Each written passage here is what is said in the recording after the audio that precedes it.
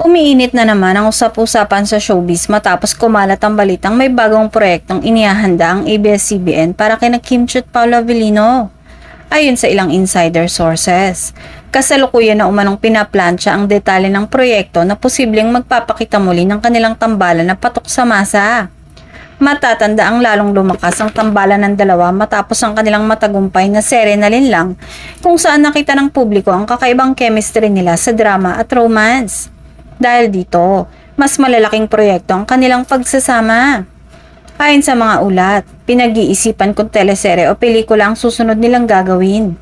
Ngunit mas malakas ang posibilidad na isa itong primetime series na may halong aksyon at matinding drama. Isang genre na swak sa kanilang dalawa. Samantala, kapansin-pansin din ang pananahimik ng parehong kampo ni Kim at Paolo tungkol sa issue, na lalo namang nagpapaintriga sa fans. Dagdag pa ng ilang sources. Isa umano ito sa mga proyektong ilalaban ng ABS-CBN sa kanilang digital at primetime platforms.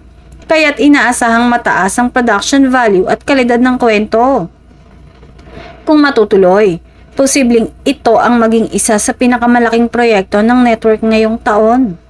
Sa ngayon ay wala pang opisyal na kumpirmasyon mula sa ABS-CBN, ngunit kung pagbabasehan ng lakas ng demand ng fans at ang tagumpay ng kanilang mga nakaraang proyekto, mukhang malapit nang matupad ang hiling ng marami na muling mapanood ang tambalang Kim Pao sa isang panibagong kwento.